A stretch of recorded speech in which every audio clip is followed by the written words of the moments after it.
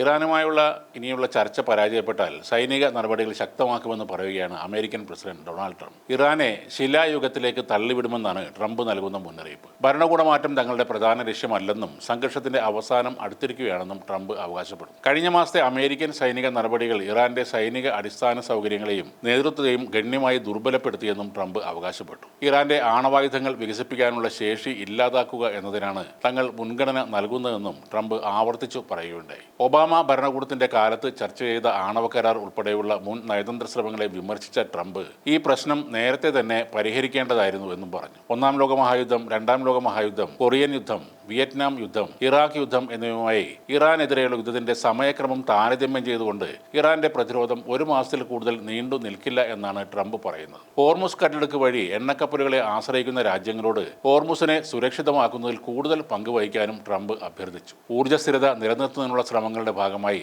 വെനസ്വേലയുമായുള്ള സഹകരണം അദ്ദേഹം എടുത്തു പറയുന്നുണ്ട്. പങ്കാളികളുടെ സ്ഥിരതയും സുരക്ഷയും ഉറപ്പാക്കുക എന്നതാണ് അമേരിക്കയുടെ സൈനിക ഇടപെടലിന്റെ ലക്ഷ്യമെന്ന് പറഞ്ഞ ട്രംപ് സഖ്യകക്ഷികൾക്ക് നന്ദി പറയുകയും ചെയ്തു. ട്രംപിന്റെ ഈ വീരവാദം മുഴക്കൽ ഒരു വശത്ത് തുടരുമ്പോൾ ഇറാനെതിരെയുള്ള യുദ്ധത്തിനായി നിയോഗിക്കപ്പെട്ട യുവ അമേരിക്കൻ സൈനികർ തങ്ങളുടെ വിന്യാസത്തെക്കുറിച്ചുള്ള സുപ്രധാന വിവരങ്ങൾ പുറത്ത് വിടുന്നതായ ചില വാർത്തകളും വരുന്നുണ്ട്. സാൻ ഡീഗോയിലെ ഒരു സ്ട്രിപ്പ് ക്ലബ് നർത്തകി ടിക്ടോക്കിലൂടെ പുറത്തുവിട്ട വെളിപ്പെടുത്തലുകളാണ് ഇപ്പോൾ വാർത്തകളിൽ നിറയുന്നത്. സൈനിക നീക്കങ്ങളെക്കുറിച്ച് ഈ സൈനികർ പങ്കുവച്ച വിവരങ്ങളാണ് ഇവർ ടിക്ടോക്ക് വീഡിയോയിലൂടെ പുറത്തുവിട്ടത്. അതോടെ അമേരിക്കൻ സൈന്യത്തിന്റെ സുരക്ഷാ ക്രമീകരണങ്ങളെക്കുറിച്ച് വലിയ ആശങ്കകളും ഉയർന്നിട്ടുണ്ട്. സാൻ ഡീഗോയിലുള്ള ചാംഡേസ് എന്ന നർത്തകിയാണ് സൈനികർ തങ്ങളുടെ വിന്യാസ വിവരങ്ങൾ പങ്കുവെക്കുന്നതായി വെളിപ്പെടുത്തിയത്. അടുത്ത ആഴ്ച തങ്ങൾ യുദ്ധമുഖത്തേക്ക് പോവുകയാണെന്ന് ഈ സൈനികർ ക്ലബ്ബിൽ വെച്ച് തന്നോട് പറഞ്ഞതായാണ് നർത്തകി അവകാശപ്പെടുന്നത്. യുദ്ധത്തിന് പോകേണ്ടി വരുന്നതിൽ ഈ യുവസൈനികർ അതീവ ദുഃഖിതരും വിഷാദത്തിലുമാണെന്ന് നർത്തകി പറയുന്നു. ക്ലബ്ബുകളിൽ എത്തുന്ന ഇവർ കൈവശമുള്ള പണം മുഴുവൻ ചെലവഴിക്കുകയാണെന്നും ഇവർ ആ വീഡിയോയിൽ പറയുന്നുണ്ട്.